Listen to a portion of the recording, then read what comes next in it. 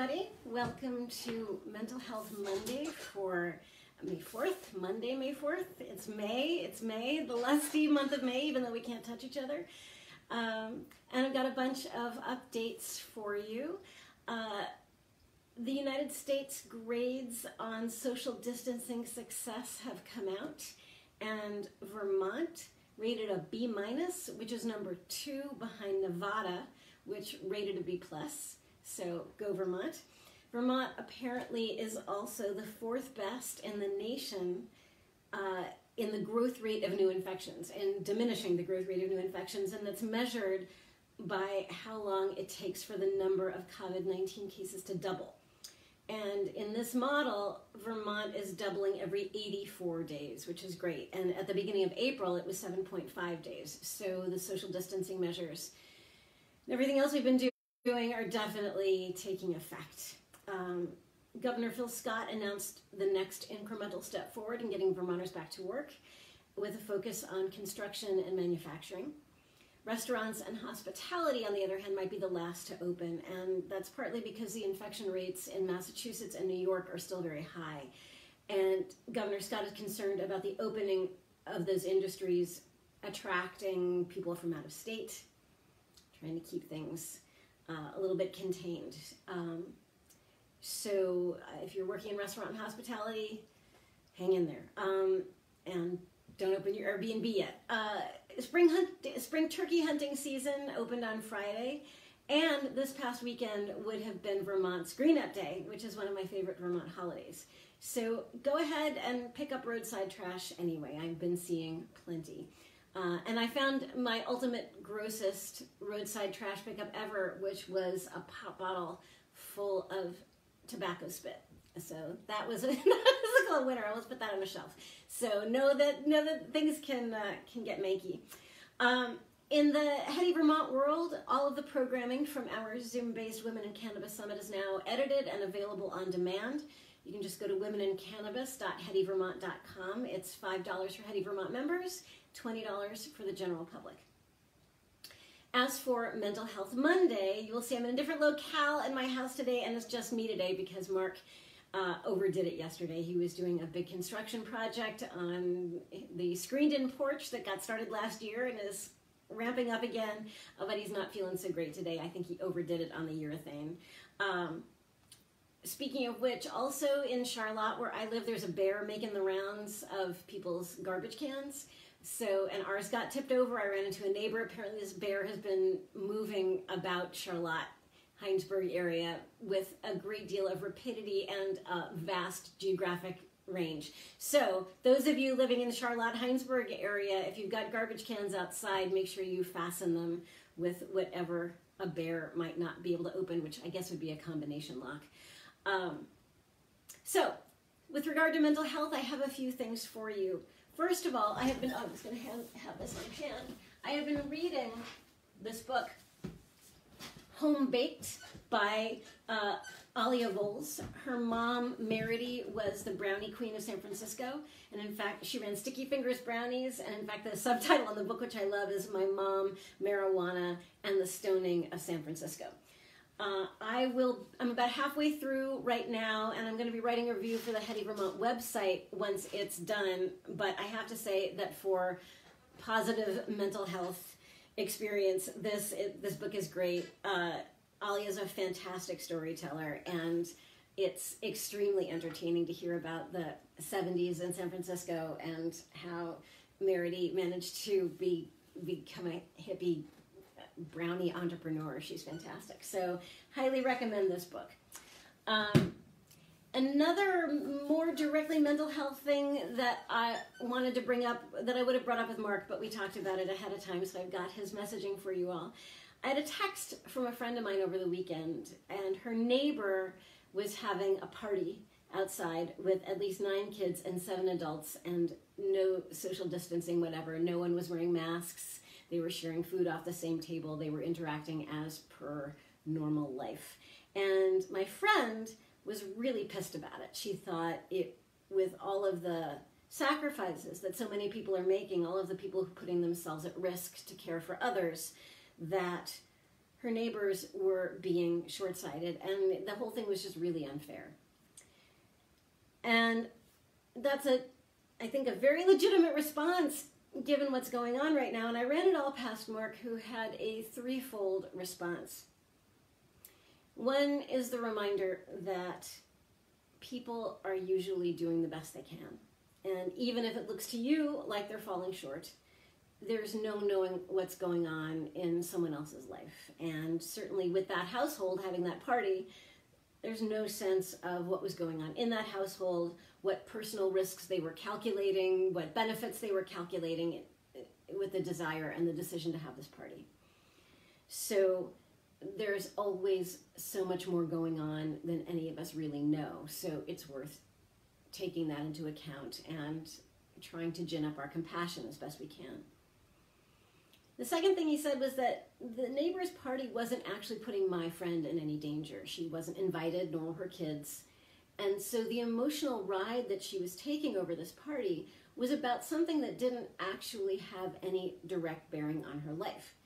Certainly her compassion for the world, her sympathy for the people who could potentially be impacted was very, very real. But the amount of emotional angina she was experiencing was something that she was sort of ginning up for herself on behalf of people that she wasn't actually interacting with. And so we, as Mark pointed out, we can have our own attitudes about what other folks are doing, but getting as upset as she was getting wasn't doing really anything other than just getting her upset. I don't think she went over and talked to her neighbors. She didn't call the cops on them or anything like that. I don't think she went home to sew more masks for anybody else. She was just having a moment. And so it was draining her life force for other things that she could have been doing that would probably have been more fruitful or productive or just plain positive, interacting with her kids or going for her own socially distanced walk or making something for someone in need. There are ways that we can use our energy to more productive effect. And it's hard, but in my personal experience, having done a lot of activist work, it's very easy to jump on the activist bandwagon out of outrage and ire and desire to make the world a better place. And all of that energy is sort of like lust. It's great for getting into stuff, but it doesn't keep you there. And what keeps you there is often more productive and proactive and sustainable efforts. And then the other thing that Mark wanted to point out and convey is that life is just unfair sometimes. And there will always be people who party during a pandemic, just as there will always be people on the front lines working their asses off while other people are staying at home. There is always injustice in the world. If you look at the history of the world, that's kind of how it goes. And it's an uncomfortable reality, and we do our best to honor and care for the people who are bearing the brunt of whatever burden has been placed on their shoulders.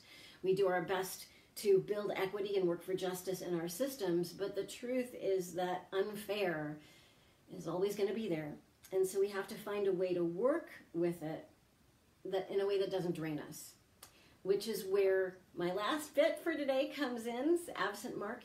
I have a 30-year yoga practice, and one of my favorite pieces of yoga is looking at the stuff that goes beyond the on-the-mat asana postures practice, which is beautiful and fantastic, and I love it. But it's not always accessible. And I've talked before about when my appendix exploded, I couldn't get on the mat for a really long time, and it was incredibly frustrating. And I couldn't even do breathing exercises. I could barely meditate because I was on opioids. I couldn't focus.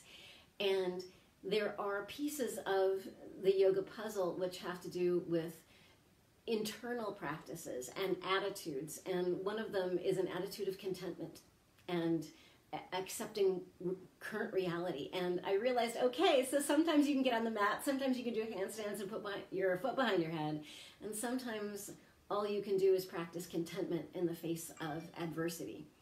And the Sanskrit word for that is santosha, and wanting to remind everybody that contentment is in fact a yogic practice. It helps us decrease the fluctuations of the mind, which is what yoga is all about. And if you read Patanjali's Yoga Sutras, the first thing he says is, Yoga is the cessation of the fluctuations of the mind. It's not yoga is getting your foot behind your head. It's about finding contentment and unity consciousness for ourselves and for the world. So that's a piece of the puzzle. Another thing from the world of yoga, which I love, is one of the breath practices, which I could do back when I was really impacted, was alternate nostril breathing. And it's very simple, and it kind of balances out the right and left hemispheres of the brain and works to calm you down when you are in a situation of emotional duress. So you take your right hand and you take your index finger and your middle finger and you drop them down. You take your thumb and you place it gently to close off your right nostril. And then you inhale through the left. Use your ring finger to close off the left, open up the right, exhale. And then inhale. Close off, open, exhale. And that's a complete round of 1.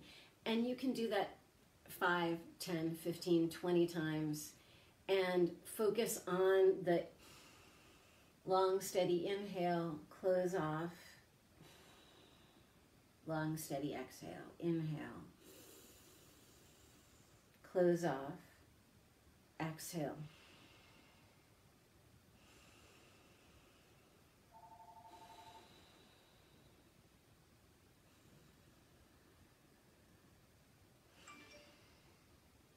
And I find that when I'm getting riled up, alternate nostril breathing is an action you can take also. Because I think we get, when we're spinning out in our heads, finding things we can do that are productive. And sometimes it's baking bread, although the world seems to have run out of flour right now. Sometimes it's going for a walk, sometimes it's building something, sometimes alternate nostril breathing, connecting with your breath can be a really beautiful practice and something you can do right in the moment if you can't get away, if you can't extract yourself from wherever you are.